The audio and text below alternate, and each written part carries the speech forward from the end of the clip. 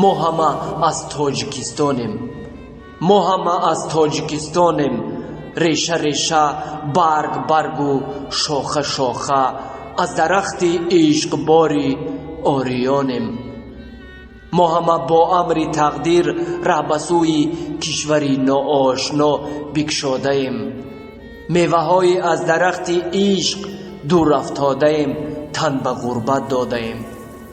ای برادر جان مبر از یاد هرگز، گر تو زوری زور هم باشی، گر سراپا نور هم باشی، دل سفید و حور هم باشی، پیش چشمی کله زردان یک سیاه رویی، پیش چشمی کله زردان یک سیاه رنگی، همچنانی که به چشمی اروپایی هست زنگی. ما همه گرزادگان تاجیکستانیم، بر وطن مادر نباید ناسپاسی. بس دیگر این خودپرستی خودتلاشی، روی باید کرد سوی خودشناسی.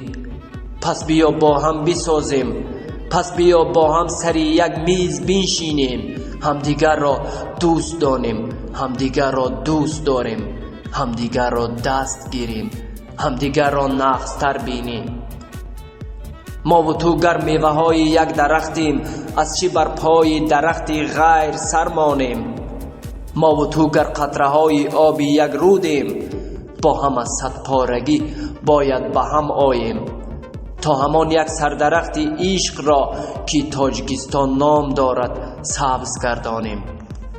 ما همه فرزندهای تاجیکستانیم، نیست اینجا فلغری و اشتی و رشتی، نیست اینجا شهری و دهاتی و دشتی، نیست پامیری و خوجندی و کلابی، نیست واروخی و سرخابی و مرغابی.